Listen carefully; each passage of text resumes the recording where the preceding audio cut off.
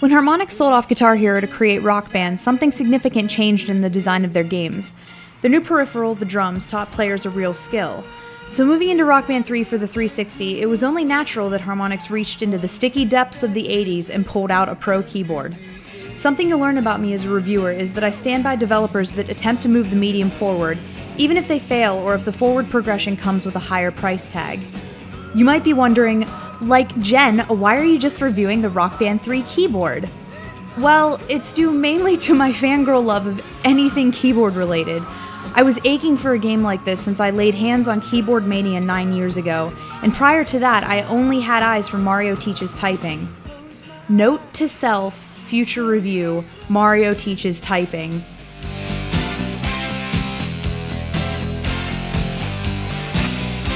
Back then I couldn't fathom in my wildest dreams rocking out to songs like Bohemian Rhapsody and Power of Love. Yes, I can rock out to Huey Lewis. I just close my eyes and think of Christian Bale, and soon I'm jumping all over my living room. What? It's hip to be square. I was surprised about the solid construction of the 25-key keyboard/keytar, as Mad Catz has usually been the bane of my third-party peripheral existence. It's solid and responds well, with my only issue being this clicking noise that I hear when I press my middle C key. Still, I try to treat it with care and hope I never have to go through a Mad Catz product replacement procedure. To focus on the real-world applications of the Rock Band keyboard is to call it a success. I have 15 years of classical piano training under my belt, and I stand behind the actual piano skills that the Rock Band 3 tutorials can teach.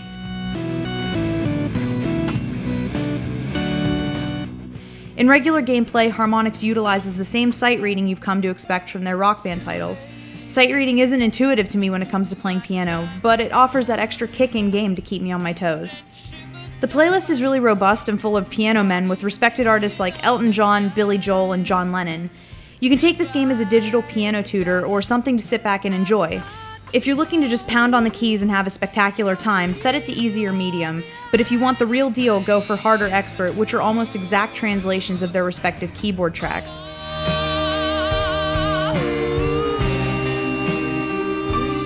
But part of this whole enterprise does piss me off, and no surprise, it comes from the DLC. Let's say I own Killer Queen by Queen that I purchased for Rock Band 2. That's $3 for the track right there. Now I want to play Pro Keys, another $2. Pro Drums, 2 more. And if I ever manage to not completely suck on Pro Guitar, I drop another $2 for that. That's $9 for one track.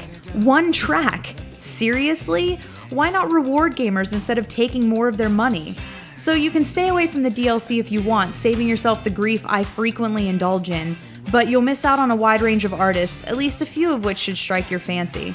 Now that they've added all of these instruments, I sometimes encounter major lulls in activity that bore me to tears. I'm thinking specifically about the 2 minutes or so at the end of Rock Lobster that has no keyboard whatsoever.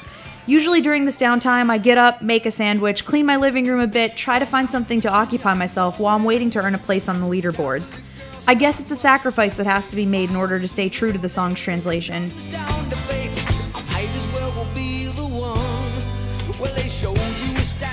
Rhythm games will always have a special place in my heart, and I love the execution of the Rock Band 3 keyboard. I'm sure I'll be playing it until they release a new version with more keys. Until then, I'll be tickling the ivories and anxiously awaiting DLC releases of Dream Theater and Ben Folds.